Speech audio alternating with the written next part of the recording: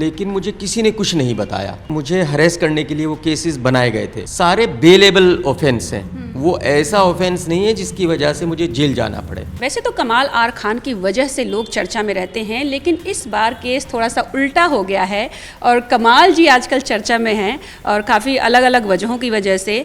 और पहली बार मैं आपको बताऊं कि आई थिंक 2.5 साल बाद, कमाल जी 2.5 साल बाद पहला ये उनका इंटरव्यू है जहां पर वो दिल खोल कर बात करने वाले हैं और अपना पक्ष रखने वाले हैं, क्योंकि अभी तक वन साइडेड स्टोरी सबने सुनी है। तो सबसे पहले बताइए, 2.5 साल बाद अपने देश आना हुआ है। मैं 16 मार्च 2020 को दुबई गया था। उस वक्त कोरोना चालू ही हुआ था, लेकिन केसेस बढ़ने लगे थे और फिर लॉकडाउन हो गया। और फिर तो फर्स्ट लहर, सेकंड लहर, तीसरी लहर, चौथी लहर आती ही रही। तो मैंने जब भी ये सोचा कि मैं वापस आऊँ, उस वक्त फिर कोई ना कोई लहर आ जाती थी, तो मैं फिर नहीं आया। और यही वजह है कि मैं 30 महीने के बाद 29 को पिछले महीने में वापस आया। और वापस आया तो फिर क्या क्या हुआ आपको पता ही है। क्या क्या हुआ, हमने जो सुना जो समझा वो पता है। अब हम सब आपसे जानना चाहते हैं कि ये क्या हुआ और क्यों हुआ। आप एयरपोर्ट पर आए लेकिन घर नहीं आए, बल्कि सीधा जेल चले गए। सीधा जेल चला गया। एक्चुअली हुआ ये कि कुछ पॉलिटिशियन थे, उन्होंने कुछ 3-4 केस बना दिए मेरे जाने के बाद। मैं 16 मार्च 2020 को गया और मेरे ख्याल में नवंबर अक्टूबर के आसपास उन्होंने कुछ केसेस बनाए, फेक केसेस बनाए, और वो फेक केसेस बनाकर उन्होंने ड्रॉअर में रख लिए और मेरा लुकआउट नोटिस भी निकलवा दिया।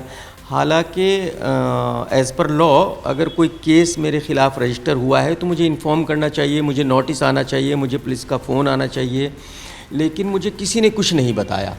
इसका मतलब ये साफ़ है कि भाई मुझे हरेस करने के लिए वो केसेस बनाए गए थे।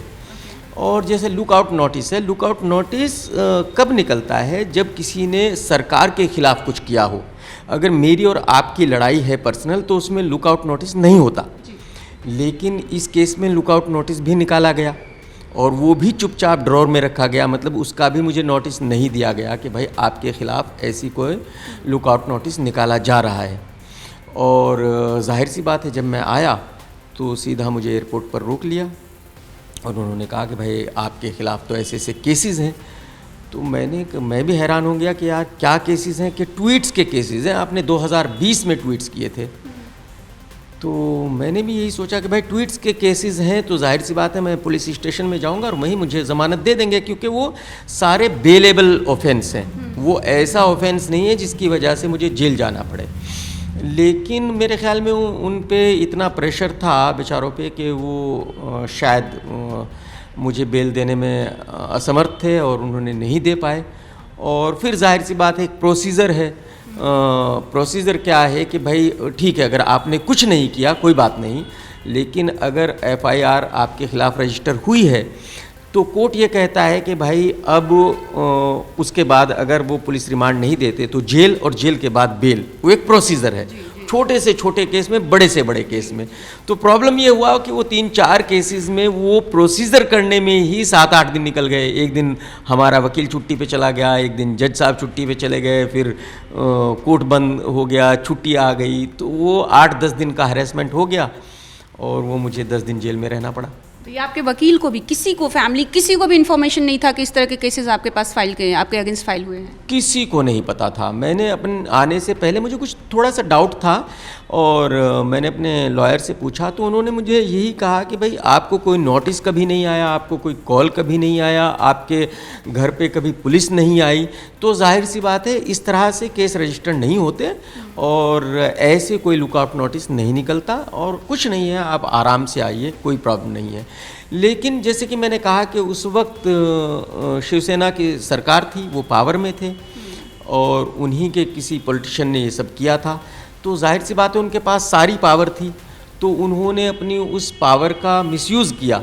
हालांकि ऐसा नहीं होना चाहिए, कोई भी पार्टी हो, किसी के ख़िलाफ़ इस तरह से अपनी पावर का मिसयूज़ किसी को भी नहीं करना चाहिए। लेकिन उन्होंने अपनी उस पावर का मिसयूज़ किया और मिसयूज़ करके वो सारी चीज़ें की और वो फेक ही थे। आपने देखा भी होगा। आप सोचिए कि मैंने एक ट्वीट राम गोपाल वर्मा के लिए किया। राम गोपाल वर्मा को कोई प्रॉब्लम नहीं है, मुझे कोई प्रॉब्लम नहीं है, हम दोनों दोस्त हैं, लेकिन एक तीसरे आदमी को प्रॉब्लम है और उसने उस पर केस करा लिया, FIR रजिस्टर करवा दी, जबकि हो नहीं सकती ऐसे। तो वो पावर का मिसयूज़ किया गया, वो FIR रजिस्टर कराई गई बिना राम गोपाल वर्मा से पूछे। तो जितने भी केसेस थे वो इसी तरह बनाए गए, और ऊपर वाला तो है ना, ऊपर वाला तो देख रहा है। अब जिन्होंने पावर का मिसयूज़ किया था उनका क्या हाल है आज देख लीजिए, कैसे गली गली भटकते फिर रहे हैं, क्या हाल हो रहा है। अपने नाम के लिए भी लड़ाई लड़नी पड़ रही है, शायद अब तो उनको अपना नाम भी नहीं मिलेगा, अपने नाम के लिए भी तरस जाएंगे। बिल्कुल बिल्कुल। सो आई मीन बहुत सरप्राइजिंग है जैसा कि आपने भी बताया। और सो कैसा, मतलब आई होप आपके साथ सब अच्छा रहा होगा जितने भी दिन आप जेल में रहे होंगे। नहीं, जेल में तो अच्छा नहीं कह सकते आप। देखिए, जेल इसीलिए तो उसका नाम जेल है। मेरे ख्याल में जेल का एक दिन और बाहर के 6 महीने बराबर हैं। मैं 10 दिन जेल में था और 10 दिन मैंने खाना नहीं खाया। अच्छा। और 10 दिन मैं सिर्फ पानी पीकर ज़िंदा था। तो आप अंदाज़ा लगा सकते हैं कि 10 दिन के लिए अगर आप पानी पीकर ज़िंदा रहें तो आपकी कैसी हालत होगी। मैं बहुत ज़्यादा बीमार हो गया था, और एक एक रूम में 6-6, 7-7 लोग हैं। आपको मतलब बिल्कुल इतना भी स्पेस नहीं मिलता कि आप मूव हो सके। तो बहुत ही डिफ़िकल्ट जगह है। मैं समझता हूँ कि जैसे बहुत लोग बीमार हैं बाहर, वो बेचारे जेल में हैं, तो मुझे नहीं पता कि वो किस तरह सर्वाइव कर रहे होंगे। मुझे ऐसा लगता है कि कोई भी आदमी अगर जेल में 2-3 महीने रह जाए तो शायद मर जाए। ज़िंदा रहना बहुत मुश्किल काम है। लेकिन हाँ, वहाँ जेल में जाने के बाद शायद आदमी की थिंकिंग वैसी हो जाती है, क्योंकि आपके साथ जो 5-7 लोग हैं वो ऐसे लोग हैं। मैंने एक से पूछा कि भाई तू कब आया, कि सर मेरा तो ये 25वां टाइम है मैं जेल में आ रहा हूँ। हाँ, कोई बोल रहा है मेरा 30वां टाइम है, कोई बोल रहा है मेरा 20वां टाइम है। मतलब वो ऐसे लोग हैं, उनका काम ही यही है, जेल से बाहर आएंगे, फिर कुछ करेंगे, फिर दूसरे दिन जेल में चले जाएंगे। तो उनको कोई फ़र्क नहीं पड़ता कि वो बाहर है या अंदर है। और अगर आपको उनके साथ रहना पड़े तो आप अंदाज़ा लगा सकते हैं कि आपकी थिंकिंग कैसी होगी, आप कैसा फील करेंगे। क्या कुछ सीखने को मिला, एक लर्निंग होती है कमाल जी, अगर मैं बोलूँ तो, कि क्योंकि जेल सुन के ही डर लगता है ना। जो आपको जो एक्सपीरियंस किया आपने, सो लर्निंग कुछ आप वहाँ से लेकर आए? लर्निंग मुझे यही है कि भाई मैं सिर्फ यही कहूँगा कि भाई मेरे किसी दुश्मन को भी कभी जेल ना जाना पड़े, क्योंकि वहाँ ऐसा है, जेल का मामला ऐसा है कि अगर आप वहाँ गए, आप बीमार हो गए, तो वहाँ किसी को कोई फ़र्क नहीं पड़ता। आप बीमार हैं या अच्छे हैं, आप मर जाएंगे तो आपकी डेड बॉडी बाहर किसी को दे देंगे, बस इतना ही है। तो मैं ऐसा समझता हूँ कि किसी को भी, किसी दुश्मन को भी जेल ना जाना पड़े, और यही वजह है कि उसको जेल कहा जाता है। वो मतलब वाकई ही नरक है, तो किसी दुश्मन को भी वहाँ ना जाना पड़े। अभी क्या स्टेटस है आपके केस का, आगे क्या होने वाला है और कहाँ तक रुका है? नहीं, मेरे केसेस जो हैं, जैसे मैंने कहा कि वो ऐसे केसेस थे कि एक भी केस में पुलिस को 1 मिनट की भी रिमांड नहीं दी गई। वो सारे फेक केसेस थे, मतलब बनाए गए केसेस थे। तो जाहिर सी बात, एक प्रोसीजर था, प्रोसीजर तो करना पड़ेगा। उस प्रोसीजर के हिसाब से वो सारे केसेस में मुझे बेल मिल गई है। अब ये है कि वो केसेस भी ख़त्म हो जाएंगे। वो ऐसे केसेस हैं कि भाई जब हमारे लॉयर जो हैं वो कोर्ट में जाएंगे और बताएंगे कि भाई ये फेक केसेस हैं, ये बनाए गए केसेस हैं, पॉलिटिकल प्रेशर के अंदर वो केसेस बनाए गए हैं, तो मेरे ख्याल में वो कोर्ट बात को समझेगा और वो केसेस ख़त्म भी हो जाएंगे। लेकिन वो केसेस ख़त्म होने से जो मेरे 10 दिन का हैरेसमेंट है वो वापस नहीं आ सकता। वो जो होना था वो हो गया। अच्छा, फैमिली पे बहुत असर पड़ता है इन सब चीज़ों का, और हमने देखा कि आपके बेटे ने भी ट्वीट किया था और हेल्प के लिए बोला था। सो फाइनली मिलना हुआ, क्या हुआ? और ये जो बेटे ने गुहार लगाई थी उसके बारे में आप क्या? क्योंकि एक्चुअली मेरे बच्चे तो दुबई में पैदा हुए हैं, वहीं बड़े हुए हैं, वहीं एजुकेशन उन्होंने हासिल की है, अब वो लंदन में रहते हैं, तो जाहिर सी बात है उनके लिए ये बहुत बड़ी चीज़ है। मेरे बेटे के लिए तो मतलब येलो सिग्नल पे भी कार क्रॉस नहीं की जा सकती। वो एक बार मैंने येलो सिग्नल पे कार क्रॉस कर दी थी तो रोने लगा था कि आपने येलो पे क्यों क्रॉस किया, ग्रीन पे करना था। तो आप समझ सकते हैं कि उनकी थिंकिंग कैसी है, रूल्स। हाँ, वो अगर एक कचरा उनके हाथ में होगा तो गाड़ी से नीचे नहीं गिराएंगे, वो घर आके डस्टबिन में फेंकेंगे। तो उनके लिए आप अंदाज़ा लगा सकते हैं कि ये कितनी बड़ी बात थी कि मैं जेल में हूँ। तो उनको ऐसा लग रहा था कि मतलब ऐसा पापा ने क्या गलत कर दिया, हालांकि उनको ये पता था कि ट्वीट पे केस है। तो जब मैं बाहर आया, मैंने बेटे से बात की तो उसने मुझसे यही पूछा कि क्या ट्वीट पे इतने बड़े बड़े केस हो सकते हैं वहाँ पे। तो मैंने कहा बेटा हो गए, क्या कर सकते हैं। तो खैर उसको समझदार है, पढ़ा लिखा है, उसको इतना तो समझ है कि हाँ भाई कोई कुछ मैंने गलत तो किया नहीं था, वो ट्वीट पे केस बनाए गए और वो फेक केसेस हैं। तो ठीक है, अब जाहिर सी बात है उनको बेचारों को 8-10 दिन तो बहुत परेशान रहे, तो जो नहीं होना चाहिए था बट हुआ। अच्छा, आप एक ऐसी पर्सनालिटी हैं जो मतलब लोग कुछ भी कहें, कितना भी इग्नोर करना चाहें कि नहीं हमें उनके वीडियोस नहीं देखने हैं, हमें ट्वीट्स नहीं देखने हैं, लेकिन फिर भी घूम फिर के देखते ही हैं। सो कितना बड़ा इम्पैक्ट आपको लगता है कि आपके एक ट्वीट का, एक वीडियो का जनता पे ही नहीं, मैं तो बोलती हूँ बड़े बड़े सेलिब्रिटीज़ पे भी होता है और ये आपको पता है। So what do you think about it? हाँ, सेलिब्रिटीज़ पे होता है तभी तो ये केस किए गए। एक्चुअली ये जाहिर सी बात है, कोई फिल्म वाले हैं, बड़े लोग हैं जिनकी वजह से उन पॉलिटिशियंस ने मेरे ऊपर केस किए, क्योंकि मैं तो उन बेचारों को जानता भी नहीं, मैं तो उनसे कभी मिला भी नहीं, मुझे तो पता भी नहीं वो कौन है, तो उनका मेरा कोई लेना देना है ही नहीं। तो जाहिर सी बात है कुछ फिल्म वालों के कहने पे ही ये केस बनाए गए। तो इसका मतलब ये हुआ कि भाई जो मेरे रिव्यूज़ हैं, जो मेरे ट्वीट्स हैं, उनका बहुत ज़्यादा असर उन पे पड़ता है। मैं ऐसा समझता हूँ पर्सनली कि क्योंकि हम एक दूसरे को सभी पर्सनली जानते हैं, तो शायद अगर मैं कुछ कहता हूं तो उनको बहुत ज़्यादा उसका बुरा लगता है। क्योंकि आप देखेंगे कि आज तो मेरे ख्याल में 300-400 क्रिटिक्स हैं जो रिव्यू करते हैं और पता नहीं क्या क्या बोलते हैं, लेकिन किसी भी बॉलीवुड वालों को कोई फ़र्क नहीं पड़ता, उनको कोई लेना देना नहीं किसी ने क्या कहा है। लेकिन अगर मैंने कुछ कहा है तो फिर उसका उनको बहुत बुरा लगता है। तो शायद यही एक वजह है कि भाई क्योंकि सब मुझे पर्सनली जानते हैं तो उसकी वजह से उनको बुरा लगता है। हालांकि मैं बहुत बच बच के कहता हूँ, मुझे पता है कि भाई अगर वो सुनेंगे तो उनको बुरा लगेगा, तो मैं बहुत बच बच के कहता हूँ, मैं ऐसा कुछ नहीं कहना चाहता कि किसी को बुरा लगे। लेकिन सवाल ये है कि अगर मुझे सच बोलना है तो उसमें कुछ चीज़ें तो ऐसी होंगी जो मैं बोलूँगा। और बॉलीवुड का सिर्फ एक ही रूल है कि उनकी फिल्म कितनी भी ख़राब हो, उनका गाना कितना भी ख़राब हो, कुछ भी हो, आपने यही कहना है कि आपकी फिल्म ज़बरदस्त है, आपका गाना माइंड ब्लोइंग है।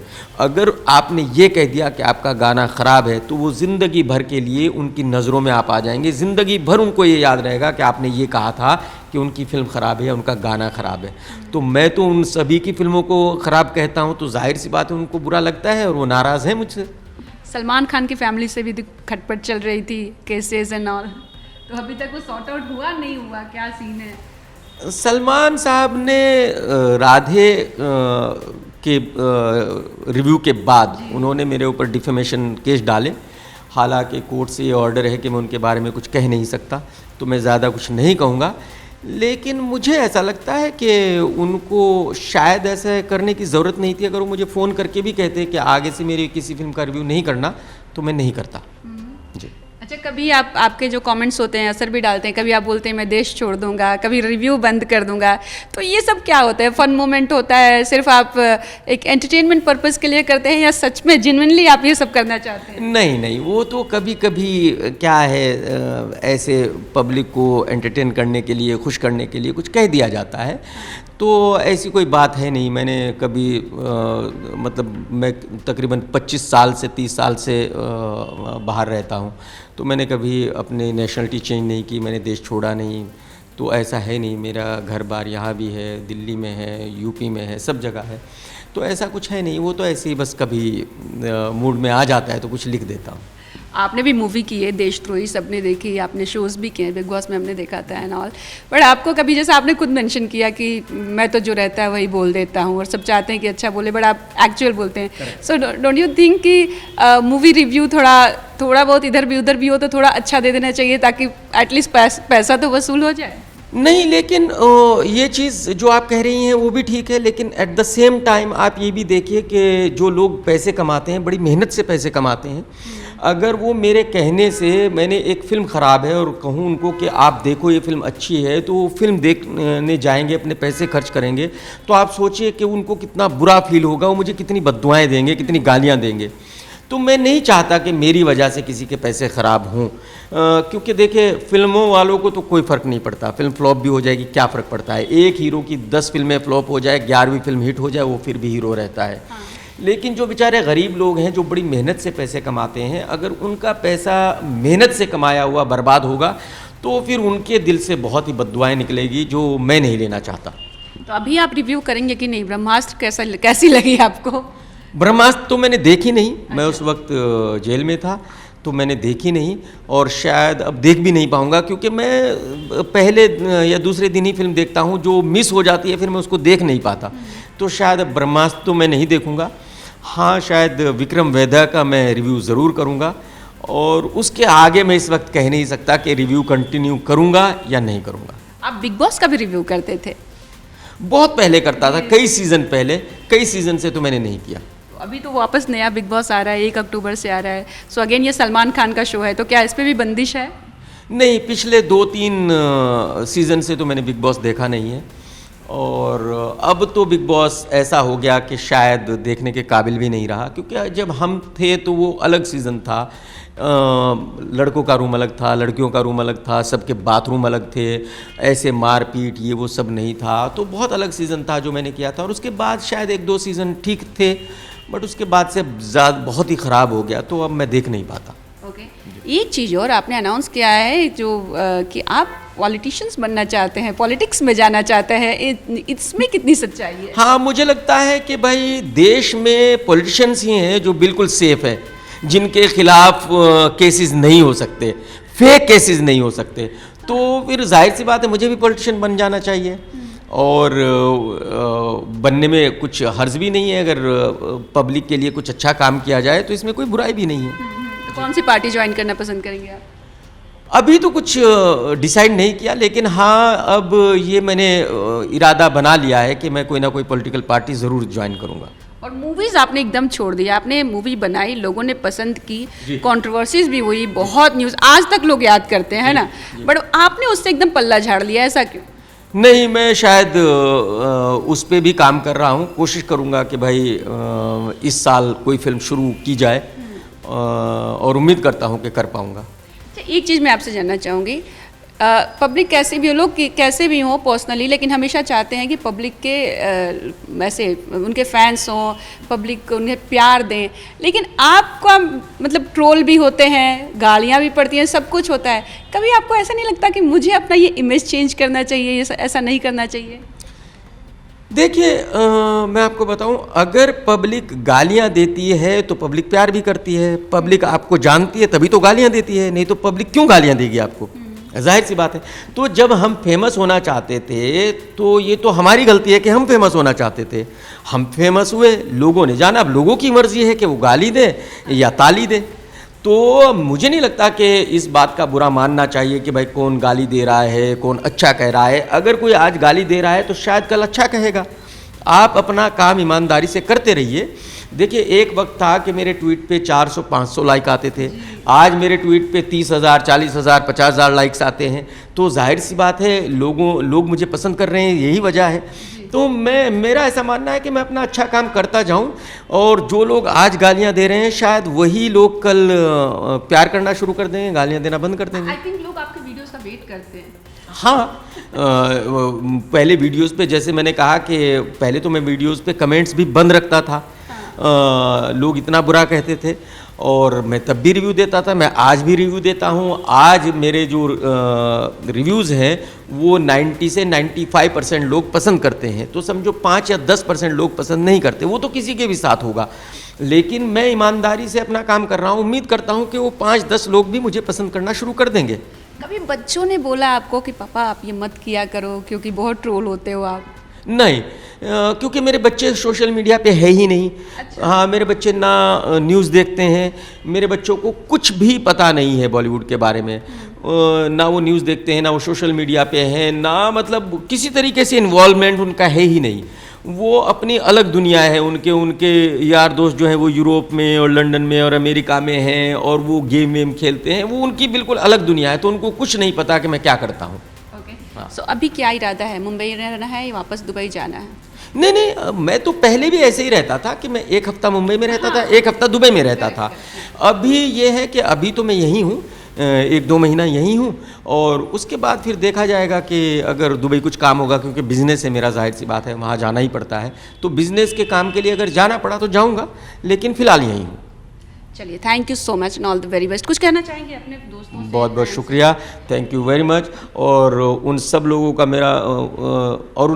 मेरा बहुत बहुत शुक्रिया जिन लोगों ने मुझे सपोर्ट किया जब मैं जेल में था, मेरे लिए ट्वीट किए, मेरे लिए सोशल मीडिया पर अपनी बात कही। Thank you very much.